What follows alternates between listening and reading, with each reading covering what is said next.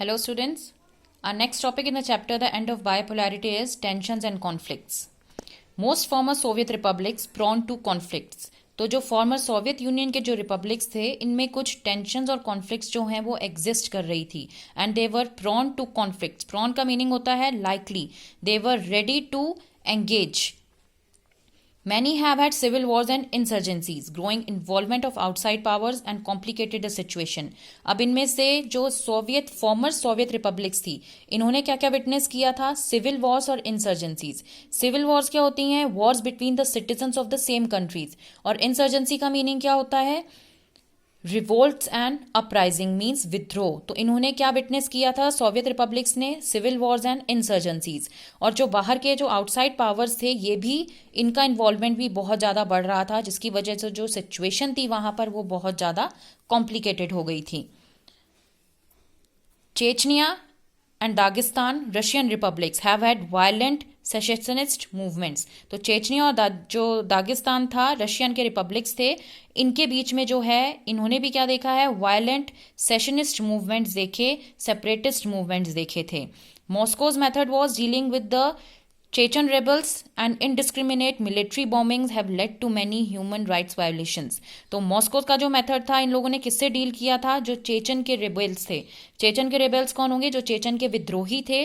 और indiscriminate military bombings था. What is this? कि जब आप बिना किसी जजमेंट के बॉम्बिंग्स करते हो तो उसको क्या कहा जाता है? Indiscriminate military bombings. इन्होंने किस चीज को बढ़ावा दिया था? Have led to many human rights violations but had fail to deter the aspirations for independence.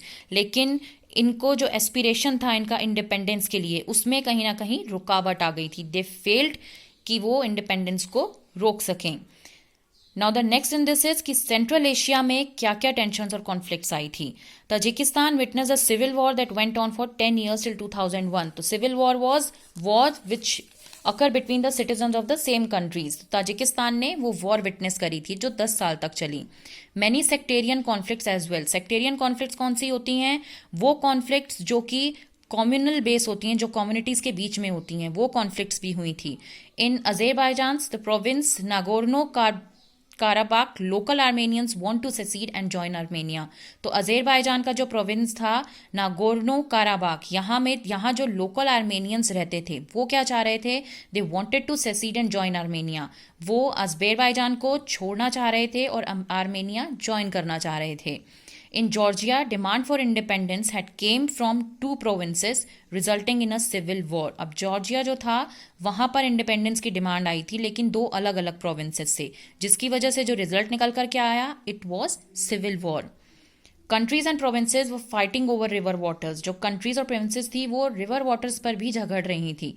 These republics are areas with vast hydrocarbon resources that have brought economic benefit. तो ये Republic area कौन से थे? जहां पर काफी मात्रा में क्या पाया जाता था? Hydrocarbon resources.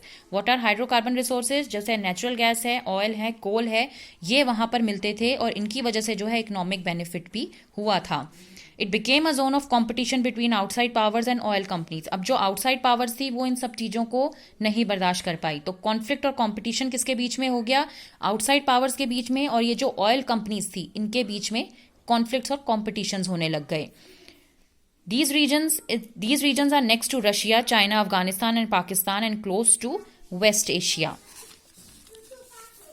After 11 September 2001, US wanted military bases in the region and paid government of all Central Asian states. तो 11 सितंबर 2001 के बाद जो यूएस थी वो क्या चाहती थी? वो मिलिट्री बेसिस चाहती थी इन रीजन्स में. और उसने क्या किया? And paid governments of all central Asian states to hire bases and allow airplanes to fly. जो सेंट्रल एशियन स्टेट्स की जो गवर्नमेंट थी उन सबको इन्होंने पे करना शुरू करा. किस चीज के लिए? ये बेसिस को हायर करना चाहते थे ताकि वो इनको किस चीज की परमिशन दे दें? To allow airplanes to fly their territory during the wars in Afghanistan and Iraq. ताकि इनके जो एयरप्लेन्स हैं वो वॉर्स जब होंगी तो अफगानिस्तान और इराक में तो इनकी टेरिटरी के ऊपर से जाने का उनको अलाउ कर दिया जाए, परमिशन दे दी जाए. तो ये वहां की जो गवर्नमेंट्स थी उनको पे कर रहे थे. Russia perceives states as its near abroad and believes that they should be under Russian influence. अब रशिया क्या चाहती थी? उसका मानना क्या था कि ये जो स्टेट्स हैं ये उनके नियर अब्रॉड स्टेट्स हैं और वो क्या मान रही थी कि वो उनके अंडर आने चाहिए, उनके इन्फ्लुएंस में आने चाहिए.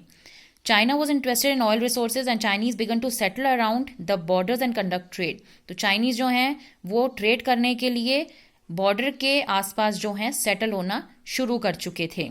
सो this was the condition of central Asia. अब नेक्स्ट है eastern Europe. Czechoslovakia split peacefully, Czechs and Slovaks forming independent countries. अब चेकोस्लोवाकिया जो है उसमें स्प्लिट हुआ था, अलगाव हुआ था, लेकिन पीसफुली, बिना किसी लड़ाई के. और 2 इंडिपेंडेंट कंट्रीज बनी. कौन कौन सी? चेक्स और स्लोवाक्स. Most severe conflict took place in Balkan republics of Yugoslavia. तो यूगोस्लाविया का जो बाल्कन रिपब्लिक्स कंट्रीज थी वहां पर भी बहुत ज्यादा सिवियर कॉन्फ्लिक्ट्स हुए थे. After 1991 broke apart with several provinces. और 1991 के बाद जो है ये कई सारे प्रोविंसेस में जो है इनके हिस्से हो गए, कई सारे प्रोविंसेस में, डिक्लेयरिंग इंडिपेंडेंस. इनमें से कुछ कौन से थे? जैसे क्रोएशिया हो गया, साल्वेनिया हो गया, और भी कई सारे थे जो उस समय अलग हो गए थे. Ethnic Serbs opposed it. Massacre of non Serb Bosnians followed. तो जो एथनिक सर्ब्स थे, उस समय के जो जातीय लोग थे, जो सर्ब्स थे, उन्होंने इस चीज को ऑपोजिशन में थे, वो इसका उन्होंने अपोज किया, जिसकी वजह से मैसेकर हुए थे, कई सारे लोग जो है मारे गए थे. NATO intervention and bombing of Yugoslavia followed inter ethnic civil war. और साथ साथ क्या हुआ? जो नाटो था, जो हमने पहले भी पढ़ा है, नाटो के लिए वो कह रहे हैं उसने जो है इंटरफेयर किया, और साथ ही साथ जो बॉम्बिंग थी वो हुई है यूगोस्लाविया की तरफ से, bombing of Yugoslavia. Followed inter ethnic civil wars. ये जो भी सिविल वॉर्स हुई थी, इन सब चीजों ने उसको फॉलो किया था. तो these were the tensions and conflicts which had occurred in central Asia and in eastern Europe countries after the shock therapy and the consequences of shock therapy. Thank you and have a nice day.